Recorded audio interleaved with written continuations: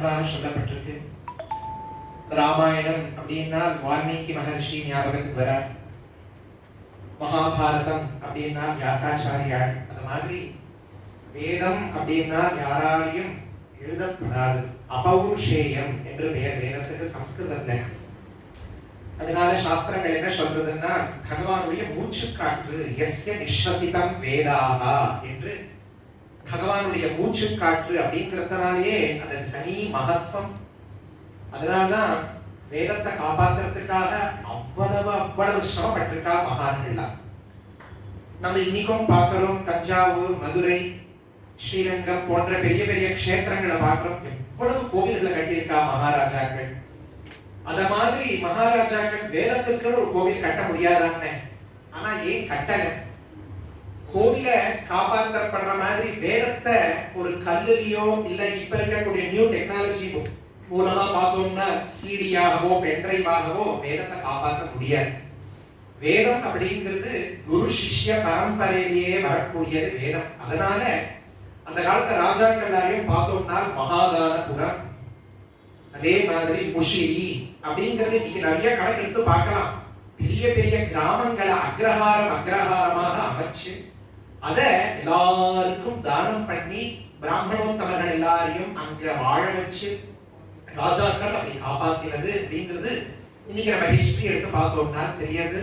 பேர்பட்ட வேதத்தை வேதமாதாவே சொல்ற ஒரு இடத்துல பிராமணத்தை வரும்பொழுது பிரம்மாயுஷ்மத் பிராமணைராயுஷ்மத், வேதம் தீர்காயுஷா இருக்கணும்னா யாரால அப்படின்னா என்றை பரியந்தம் வேத வித்வான்கள் இருக்காளோ அன்னைக்கு பரியந்தம் வேதம் தீர்காயுஷா. என்னைக்கு வேதம் படிச்ச ஒரு பிராமணன் கூட உலகத்துல இல்லைன்னு வருதோ அன்னைக்கு மகா பிரளயம் அப்படின்னு எடுத்து வச்சுக்கணும். ஆனா வேதத்துக்கு அழிவு கிடையாது. பின்ன என்ன ஆகும்னா வேதம் திருப்பியும் ஆகாசத்துல போய் அந்தர்தானம் ஆயிடும். அடுத்த யுகத்தை திருப்பியும் பகவான் லோகத்துல சிருஷ்டி பண்ணும்போது அதே வேதத்தை வச்சு உலகத்தை சிருஷ்டி பண்றா அப்படிங்கிறது நம்ம புராணங்கள்லாம் சொல்றோம். பேர்பட்ட வேதத்தை மிகவும் தைரியமா நாங்க சொல்லுவோம்.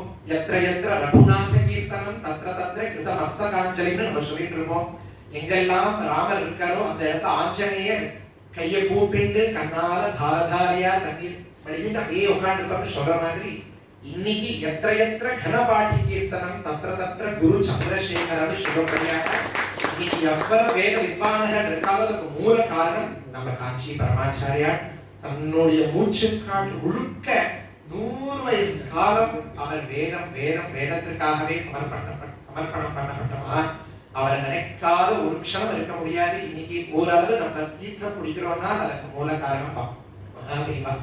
இத நம்ம சொல்றதை காட்டும் யார் சொல்லி கேட்கணும்னா இன்னைக்கு இருக்கக்கூடிய அகோபில மற்றும் ஜீயர் இருக்கிறே அவர் சொல்லி கேட்கணும். மகாபெரிவாளை பத்தி எவ்வளவு அனுபவம் சொல்லு. ஏற்பட்ட வேதத்திற்கு முதல் நமஸ்காரம். இன்றைய தினம் நாங்க பாராயணம் பண்ணப்பட்டது என்னன்னு கேட்டா யூனிவர்சல் பிரேயர். வேதம் அப்படிங்கிறது யஜ்ஞத்திற்காக ஏற்பட்டது. அது அஸ்வமேதம் அப்படிங்கிறது பெரிய யாகம். அது கலியுகத்தை நிஷித்தம். இது வரைக்கும் யாரும் பண்ணல.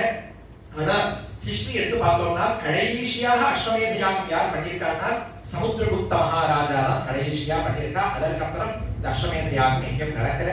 அதுல ராஜாக்கள் எல்லாரும் சேர்ந்து பிரார்த்தனை பண்ணக்கூடிய மந்திரம் ஆப்ரம்மன் பிராமணோ பிரம்மவர்ச்சசி ஜாயதாம்னு உலகத்துல பிராமணோத்தமர்கள், சத்திரியர்கள், வைஷ்யர்கள், சதுர்த்தர்கள் எல்லாரும் அவாவா கர்மால அவாவாருக்கு எது சதர்மமாக விதிச்சிருக்கோ அதுல எல்லாரும் ஈடுபட்டு சௌக்கியமாக இருக்கணும். பசுமாடுகள் சௌக்கியமாக இருக்கணும். கோ பிராமணேஜ்ய சுபமஸ்து நித்யம் நம்ம பிரார்த்தனை பண்ணிப்போம். சில பேருக்கு டவுட் வரும், ஏன் பசுமாடு பிராமணா மாத்திரம் சொல்றாலே நம்ம அங்க பசுவுக்கும் கோமாதாவுக்கு க்ஷேமம் இல்ல, கோவினாலும் பிராமணோத்தமர்களால உலகத்திற்கு க்ஷேமம் ஏற்படுறதுன்றது அந்த பிரார்த்தனை அந்த ஸ்லோகத்துல. அதனால பசுமாடு நித்தியம் நல்ல பசு பால் கொடுக்கும்படியான காக்கக்கூடிய மாடாக இருக்கணும். குதிரைகள்லாம் நல்ல ஓட்டக்கூடிய குதிரைகளாக நம்ம சைனிகர்களுக்கு இருக்கணும். நல்ல காலாகாலத்து அதிருஷ்டியும் இல்லாமல் அனாவிருஷ்டியும் இல்லாமல் சமர்த்தியாக மழை பொழியணும். நமக்கு என்னெல்லாம் தேவையோ எல்லா விதமான தானியங்களும் வளர்ந்துட்டே இருக்கணும். கடைசியில யோகக்ஷேமோன கல்பதாம் இன்னைக்கும் போட்டிருக்கோம். யோகக்ஷேமோன கல்பதாம் கவர்மெண்ட்லயே இருக்கும். அந்த யோகக்ஷேமம்னா அர்த்தம் என்னங்கிறது நமக்கு தெரியாது. ஆனா வித்யாரண்ய சுவாமிகள் வேத பாஷ்யத்தை அழகாக எழுதுற யோகம்னா என்னன்னு கேட்டா அலப்தஸ்ய லாபஹ யோகஹ லப்தஸ்ய பரிரக்ஷணம் க்ஷேமஹ. என்ன அர்த்தம்னா கிடைக்காதது கிடைக்கிறது பார்த்தீங்களா, அதுதான் யோகம். யாருக்காவது திடீர்னு ஒரு பென்ஸ்கார் வாங்கிட்டானா அவன் யோகம் நினைச்சிருக்கா அப்படின்னு சொல்லுவான் இல்லையா. உதாரணத்துக்கு சொல்றேன். அத மாதிரி அதை காட்டிலும் இன்னொரு பரமாச்சாரியார் தரிசனம் பண்ணியிருக்கானா அவன் யோகம் பண்ணியிருக்கான் அப்படின்னு சொல்றோம் பார்த்தீங்களா, அதுதான் உண்மையான உதாரணம். அதனால அலப்தஸ்ய லாபஹா, சில பேருக்கு கிடைச்சிடும் ஆனா தக்க வச்சுக்க தெரியாது, அப்படியே விட்டுடுவான். நம்மளாம் பத்திரிகையில போடுவோம் சப்தாகமோ வேதபாரமோ எல்லாரும் பகவான் அனுகிரகத்துக்கு பாத்திரமாகும்படின்னு போடுவோம். What is the meaning of that பாத்திரம்?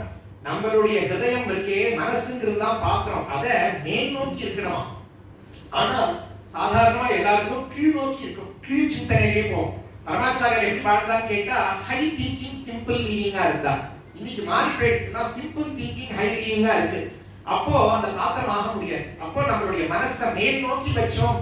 வேற பரமாச்சாரியார் அதே மாதிரி ஆச்சாரியன் எல்லாரும் பார்க்கும்படியா இருந்துருச்சுன்னா அவருடைய கருணை அப்படியே நிரம்பி இருக்கும் இல்லையா. அது மாதிரி லப்தஸ்ய பரிரக்ஷணம், நமக்கு கிடைச்சதை ஜாக்கிரதைப்படுத்திக்கிறதுங்கிறது அதுதான் உண்மையான ஒரு குவாலிஃபிகேஷன். அது நம்ம எல்லாருக்கும் இருக்கணும்னு சொல்லி இன்னைக்கு பிரார்த்தனை பண்ணிட்டு இருக்கோம். நிஜமா அற்புதமா இருக்கு. அதை பத்தியும் பேசிடுறேன், நான் 2 நிமிஷத்துல பேசி முடிச்சுடுறேன். நிஜமா சாணக்கிய மாமாவுக்கு ஒரு பெரிய ஆசீர்வாதம் தான் நான் சொல்றோம். இப்போ ஏன்னா எப்பொழுதுமே பின்னாடி உட்கார்ந்து இருப்பா ஆஞ்சநேயர் சொல்லுவார் மாதிரி முக்கிய காரணமா இருக்காலோ அவ மத்த பிரத்யவன கஷ்டித் நாஸ்தி சுக்ரீவ சன்னிபௌ அப்படின்னு ஆஞ்சநேயர் சொல்லிப்பார். அம்மா சீதே, என்ன காட்டிலும் மட்டமானவா யாரும் கிடையாது, சுக்ரீவனுடைய சைன்யத்தை நான் தான் லாஸ்ட் அப்படின்னு சாதிச்சுட்டு சொன்னார். அந்த மாதிரி ரொம்ப வினயமா இருப்பா, எல்லாத்தையும் சாதிச்சவா. அற்புதமா இருக்கு அந்த அக்ரஹாரம், தி வே ஆஃப் லைஃப் 1930s. நிஜமா 1930s போடும்போது பரமாச்சாரியாருடைய 40வது வயசு. நிஜமா சொல்லணும், நீங்க அந்த 1930s போட்டோன்னே என் மனசுல என்ன புரிச்சதுன்னு கேட்டா, பிஃபோர் 1930 நிஜமா உலகத்துல ஒரு 4-5 கர்ப்பாடிகள் தான் இருந்தா. ஆஃப்டர் 1930க்கு அப்புறம் தான் இன்னைக்கு 3000 கர்ப்பாடிகள் வந்திருக்கா. அதற்கு காரணம் ஆஃப்டர் 1930. நிஜமா அப்பதான் பரமாச்சாரியாருக்கு ஒரு 40 வயசு சமயத்துல காஞ்சிபுரத்துல ஒண்ணுமே கிடையாது. நிஜமா கொட்டாங்குச்சி தான் இருந்தது. பரமாச்சாரியார் சொல்லுவா, என் சந்திரமௌலீஸ்வருக்கு கொட்டாங்குச்சி போருப்பா அப்படின்பா. அத மாதிரி இருந்த மடத்தை வேதத்தை வளர்த்து விட்டு அற்புதம். அதுலயும் ஒவ்வொரு சீன்லயும் நான் பாக்குறேன் கர்மா அப்படிங்கறத ஆரம்பிச்சாலும் அதுல தர்மத்தை அப்படியே வேத மந்திரத்தினால சொல்லப்பட்டு மாமாவதான் சொல்லணும். அற்புதமா அந்த சகா சப்தபதா பவசகாயு சப்தபதா பகுவ மந்திரம் முழுக்க வருது. சக்யம் தே கமேயம் சக்யாத்தே மாயோஷம். கல்யாணம் பண்ற விஷயத்தையும் எப்படி கல்யாணம் அந்த காலத்துல எல்லாரும் ஒன்னா பாக்குறது, கீழேன்றது கிடையாது. நிஜமா பார்க்க போனோம்னா ஆத்துல ரொம்பவே சுதந்திரம் கொடுத்து ஸ்திரீகளை வச்சிருக்கோங்கிறத எடுத்து காட்டியிருக்கா இந்த டிராமா மூலமாக. நிஜமா ஒவ்வொரு விஷயம் ஞாபகம் வருது. நஸ்திரீ சுவாதந்திரிய மர்ஹதின்னு ஒரு வாக்கியம் இருக்கு வேதத்துல, சாஸ்திரத்துல. நஸ்திரீ சுவாதந்திரிய மர்ஹதி அப்படின்னு ஒரு வாக்கியம். இந்த வாக்கியத்தை வச்சுட்டு எல்லாரும் இன்னைக்கு நிறைய பேர்லாம் பேசிட்டு இருப்பா. இன்னைக்கு நிறைய சேனல்ஸ்ல எல்லாம் பார்த்துட்டு இருக்கோம். அதுக்கு அர்த்தம் அப்படி கிடையாது. என்னன்னு கேட்டானாக்க, ஒரு குழந்தைய முதல்ல பிதா ரக்ஷதி கௌமாரே பர்த்தா ரக்ஷதி யௌவனே அப்படின்னு சொல்லிட்டு புத்ரோ ரக்ஷதி வார்த்தக்கே ஸ்திரீ சுவாதந்திரிய மர்ஹதி. பட் என்ன அர்த்தம்னு கேட்டா, குழந்தையா இருக்கும்போது அப்பா ஒரு பெண்மணியை காப்பாத்துவா, யௌவனம் வந்த உடனேயே பர்த்தா காப்பாத்துவான், வயசான உடனேயே புத்திரன் காப்பாத்துவான். ஆல்மோஸ்ட் என்ன அர்த்தம்னா காப்பாற்றப்படுறாங்க. எதை காப்பாற்ற முடியும்? நம்ம ஆத்த இருக்கக்கூடிய ஏதோ பாதரட்சியை காப்பாற்றுவோமா? இல்ல, ஒரு பொன், ஒரு வைரம், ஒரு வைடூரியம், ரொம்ப வேல்யூவான ஒரு தீங்கு இருந்தாதான் காப்பாற்றணும் அப்படிங்கிற ஒரு பாவம் வரும். அப்போ இந்த ஸ்திரீகளுக்கு என்ன ஒரு வைரம் வைடூரியத்துக்கு ஈடாக அவளை எப்படி காப்பாற்றுறங்கிறதுதான் ஸ்திரீ சுவாதந்திரிய மர்ஹதிங்கிறதையும் நீங்க உள்ள ஒரு கதரூபமா கொண்டு வந்திருக்கேங்கிறது நிறைய இருக்கு. இதை பத்தி பேசணும்னா எனக்கு 1.5 மணி நேரம் டைம் ஆயிடும்.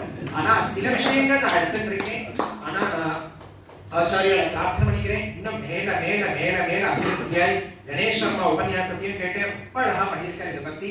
அதனால இது அப்படியே இந்த கலாச்சாரம் அப்படிங்கிறது இந்த கலா சாகரத்தை நடக்கிறது ஏற்பட்ட விசேஷமாக அந்த மேல மேல மேல மேல அபிவிருத்தியாய் சௌக்கியமாக இருக்கணும்னு நாங்க எல்லாரும் பகவானை பிரார்த்தனை பண்ணிட்டு உங்க எல்லாருக்கும் தீர்காயுசாக இருக்கணும்னு சொல்லி ஒரு மந்திரத்தை சொல்லி பூர்த்தி பண்ணிடுறோம். ஸ்ரீர்வச்சஸ்வமாயுஷ்யமாரோ ஆக்யமாவிதாத் சோபாமானம் மஹீயதே தான்யம் தனம் பசும் பஹுபுத்ரதாபம் சதசம்வத்சரம் தீர்க்கமாயுः. சம்ஸ்கிருதத்துல ருக்மம் அப்படின்னா தங்கம் அர்த்தம். நிஜமாவே தங்கம் மாதிரி இந்த ருக்குமணி நடிச்சிருக்கா, ரொம்ப அழகா நடிச்சிருக்கா. ஈச் அண்ட் எவ்ரி பாத்திரமும் ரொம்ப அற்புதமாக இருக்கு. எல்லாரும் சௌக்கியமாக இருக்குன்னு சொல்லி லோகா சமஸ்தா சுகினோ பவந்து.